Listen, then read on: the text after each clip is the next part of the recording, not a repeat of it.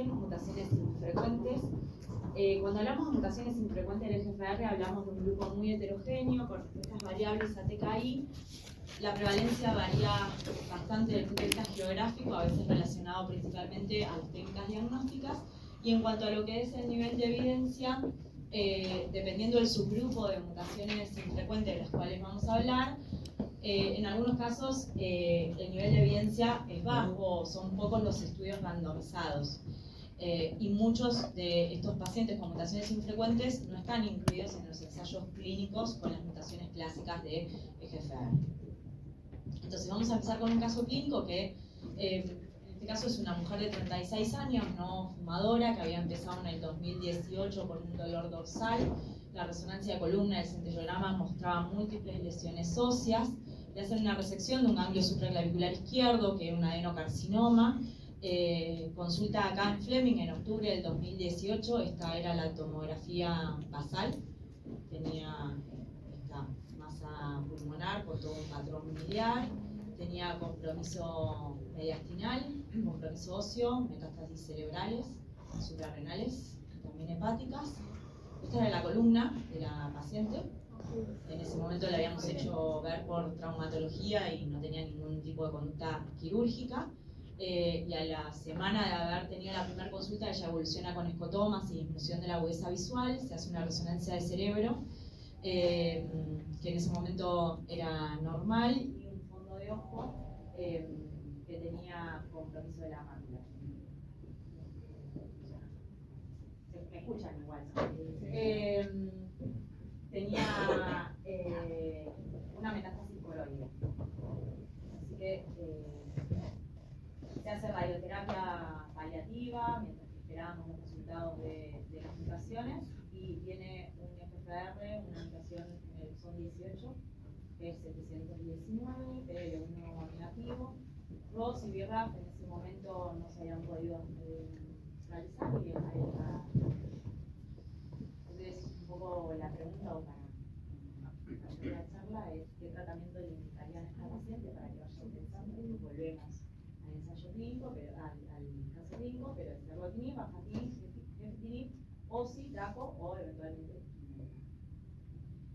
Bueno, ¿y cuáles son las mutaciones poco frecuentes del FFR? Sabemos que prácticamente el 80-85% de los pacientes con mutaciones de FFR tienen las mutaciones clásicas. Son 19 y 21, que son las más comunes, pero hay entre un 10 y un 12% de mutaciones infrecuentes o más raras, y dentro de estas mutaciones infrecuentes o raras, que más del 80% son mutaciones en realidad que ocurren en el dominio tirosina del exón 18, 19, 20, 21, y también tenemos las mutaciones del exón 20, las inserciones en realidad, que hoy por hoy es como un grupo también aparte por los tratamientos nuevos que hay. ¿Cómo hacer diagnóstico de estas mutaciones infrecuentes? Generalmente la detección de la mutación de FFR se hace por PCR. ¿Sí? Pero si se fijan, el índice de detección, ¿sí? Es mucho menor con la NGS, y cuando hay distintos estudios donde evaluaron cuál era la tasa de detección de esas mutaciones infrecuentes entre PCR respecto a la NGS, y se sabe que hoy por hoy todas esas mutaciones infrecuentes hay un 30-40% que la PCR se los pierde, ¿sí? Entonces, idealmente, el diagnóstico debería hacerse por NGS. ¿Por qué conocer en realidad la presencia o no de estas mutaciones infrecuentes? Que en realidad tiene que ver un poco con saber que tiene una sensibilidad variable a distintos tegales. Esto es el receptor de FFR, digamos, normal, donde en forma inactiva, acá hay un bolsillo de unión al ATP que está bloqueado, y cuando se une el ligando, se activa el receptor y este bolsillo queda expuesto, ¿sí? Esto es lo que pasa con un receptor normal. Cuando hay una mutación, como por ejemplo la lesión del exón 19, lo que ocurre es que alrededor de este bolsillo, en ese loop, se tironea, y entonces queda expuesto en forma constitutiva entre un dominio unión al ATP, y se activa toda la cascada de proliferación. Cuando hay una mutación puntual, como la del exón 21, en realidad lo que ocurre es que se estabiliza la proteína, también queda expuesto el dominio unión al ATP. Por ejemplo, en las sensaciones del exón 20, como se incorpora una mutación, en realidad lo que ocurre es que el dominio de unión queda un poco bloqueado y por eso cuando hablamos de mutaciones de exón 20 hablamos de que son pacientes que tienen resistencia a los TKIs al nivel de enfermedad clásica. Entonces, como le dije, las mutaciones principalmente se dan en el dominio de tirosina quinasa del exón 18, 19, 20 y 21. Bueno, esto es un poco la clasificación, que hoy por hoy podemos hablar de 4 grupos de mutaciones de FFR, las clásicas, que son las que tienen mayor sensibilidad a los niveles de FFR, las mutaciones que son similares a la T790, en realidad lo que hacen es aumentar un poco más la afinidad del ATP a ese dominio de unión. Y las mutaciones infrecuentes, la mayoría se van a estar ubicando en este grupo, que también se llama PAC, ¿sí? Donde son mutaciones que van a tener mayor sensibilidad tal vez a los niveles de segunda generación, y las de la inserción 20, que son un grupo aparte de los cuales también les voy a hablar. Entonces, hablar de mutaciones infrecuentes es hablar de alguien que tiene en realidad respecto a las mutaciones clásicas un que otro no. Y la evidencia.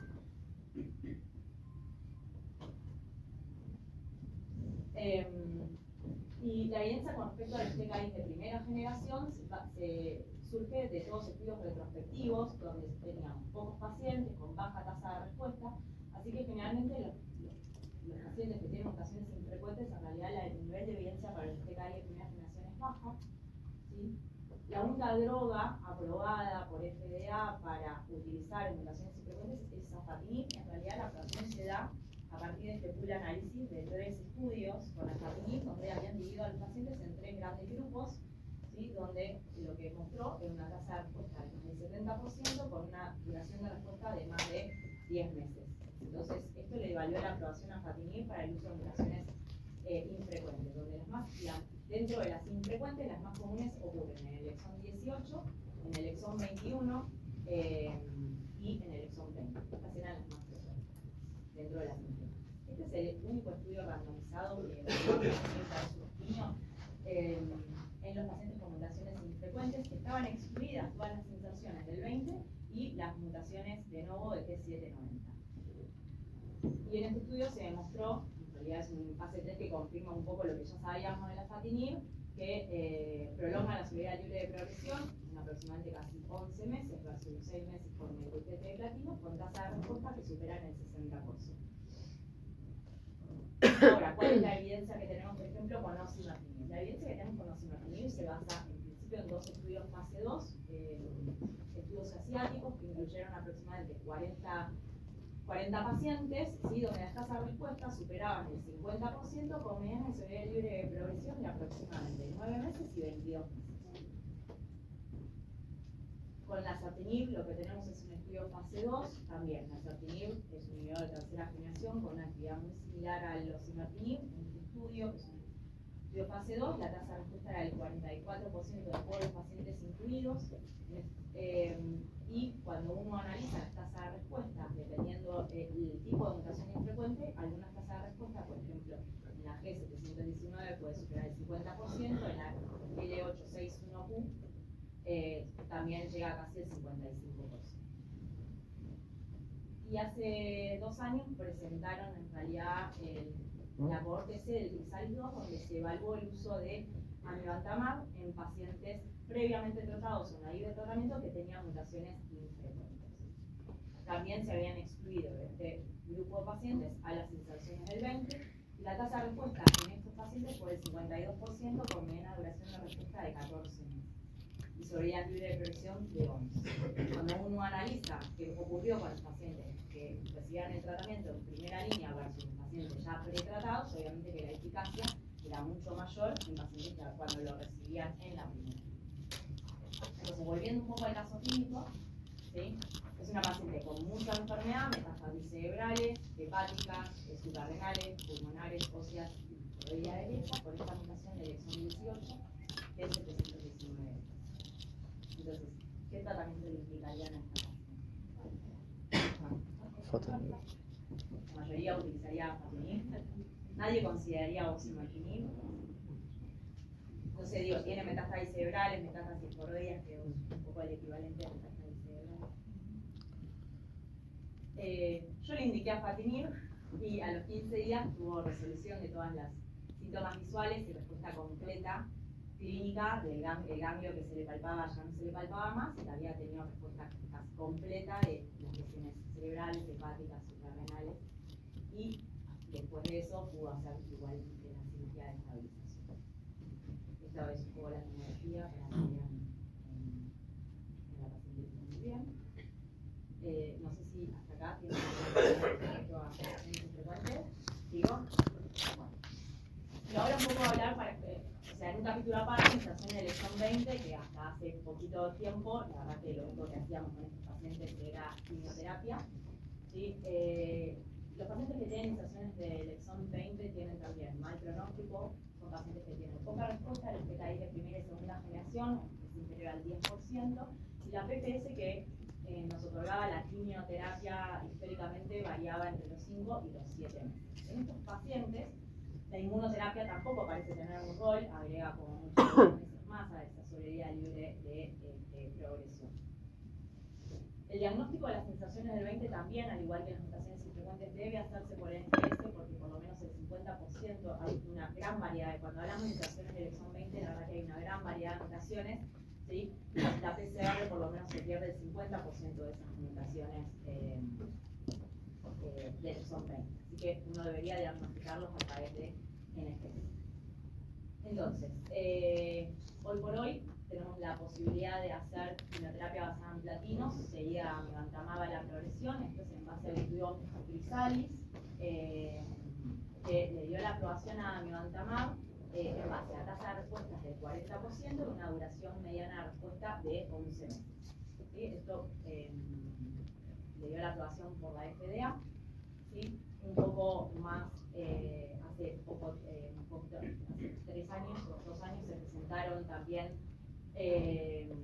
con mayor seguimiento, ¿sí? Actualizada la sobrevida libre de progresión, que llega a ser casi 7 meses, y una sobrevida global a 2 años de 47%. Recuerden que son pacientes pretratados que habían recibido por lo menos 2 líneas de tratamiento previamente, con una mediana de sobrevida global de 23 meses.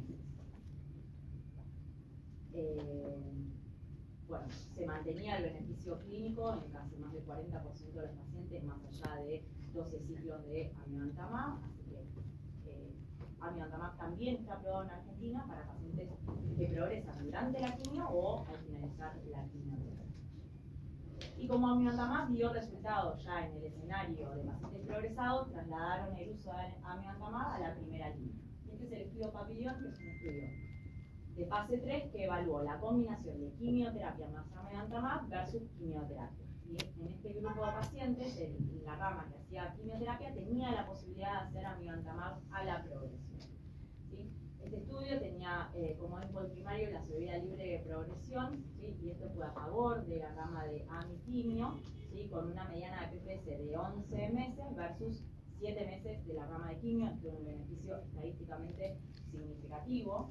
Recordemos que con quimio sola eran entre 5 y 7 meses. ¿Sí? Tasa de respuesta superiores al 70%, con mediana duración de respuesta que llegaban aproximadamente a los 9 meses. ¿Sí? Entonces, la combinación tiene mayor profundidad de respuesta y también mayor duración de respuesta. Entonces, el uso de amivantamab se traslada ahora a la primera línea de tratamiento. ¿Sí? Y hoy es el estándar de cuidado en estos pacientes. Ahora, ¿qué pasaba con los pacientes que estaban en la rama de quimio? Habían tenido la posibilidad de hacer amivantamab monoterapia. Entonces, un 66% de los pacientes hizo crossover a amivantamab y la sobrevida libre de progresión ya en estos pacientes era de casi 7 meses y la sobrevida global de 17 meses.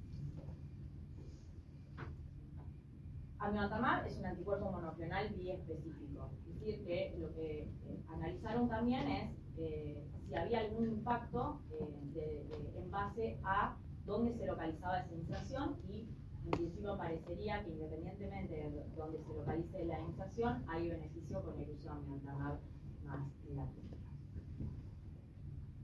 Por supuesto, cuando hablamos de un tratamiento combinado, hay también mayor toxicidad. ¿Sí? Toxicidades que tienen que ver con el mecanismo de acción del amivantamab, que al ser un inhibidor de GPR hay Faroni que a Rash, y también hay mucha incidencia también de reacciones infusionales, ¿sí? Que uno puede mitigar utilizando 5 o 5 corticoides previos al inicio del tratamiento. Y por otro lado está la toxicidad inherente a la quimioterapia, ¿sí? Que es toxicidad hematológica.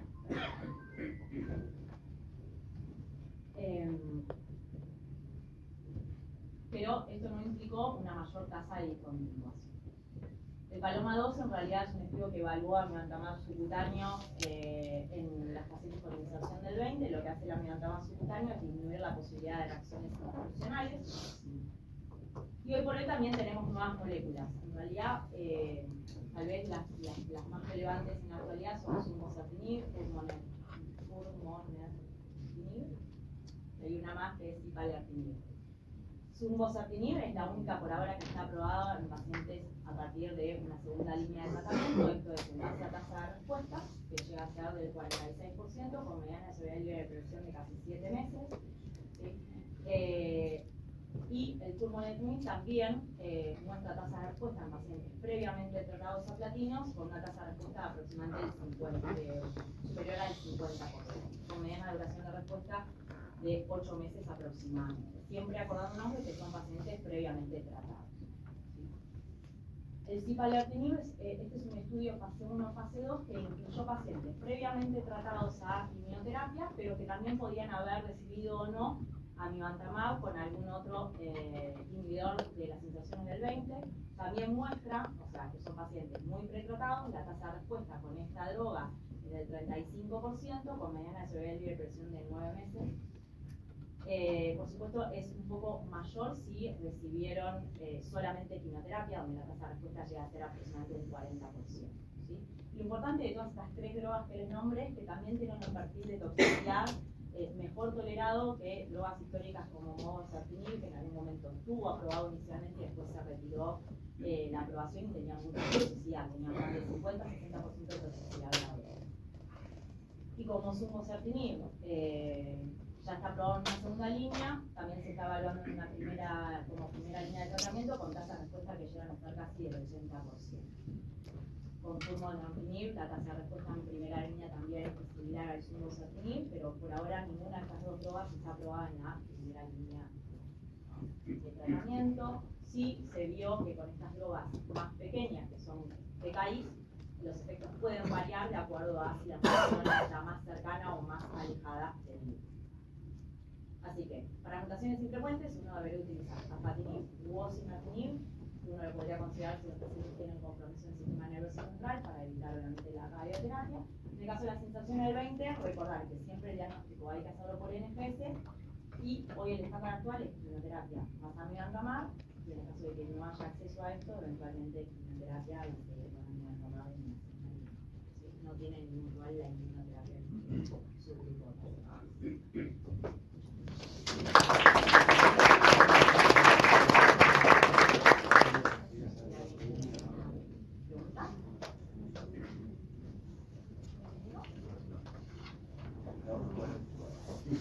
Terminamos.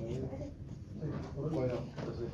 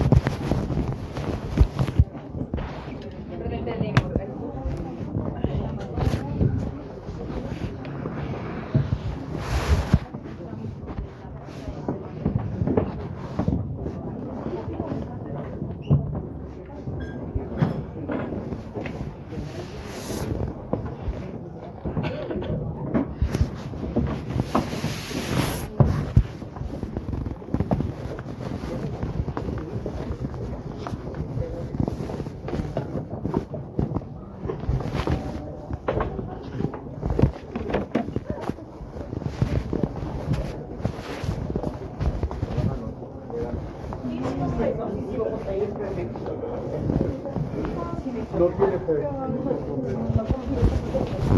Digamos,